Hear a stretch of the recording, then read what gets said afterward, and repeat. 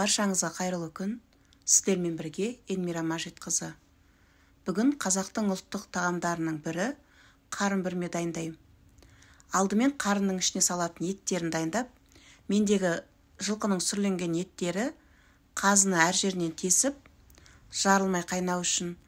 Одан кейін алдын ала жуып, дайындап қойған қарынның ішіне еттерін, картобын, сәбізін және қатырған қызанақты салып, қарынның екі жағын тігіп тастадым.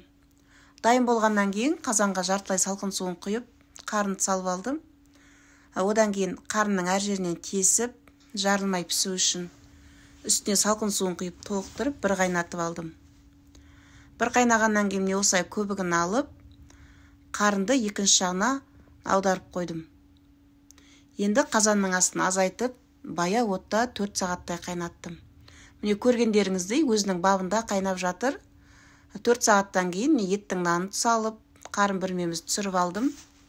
Міне көргендеріңіздей қарынның еш жері жыртылмай, жарылмай өзінің бабында қайнаған.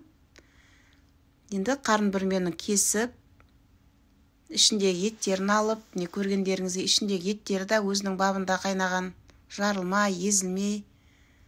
Сіздер де дәл осылай дайындап көрсеңіздер болады. Қойдың қарынына салуға да болады, бірақ жылқының қарынына салған өте дәмдірек болып шығады. Бүгінгі ауызашарға қарын бүрмеміз дайын. Ас болсын.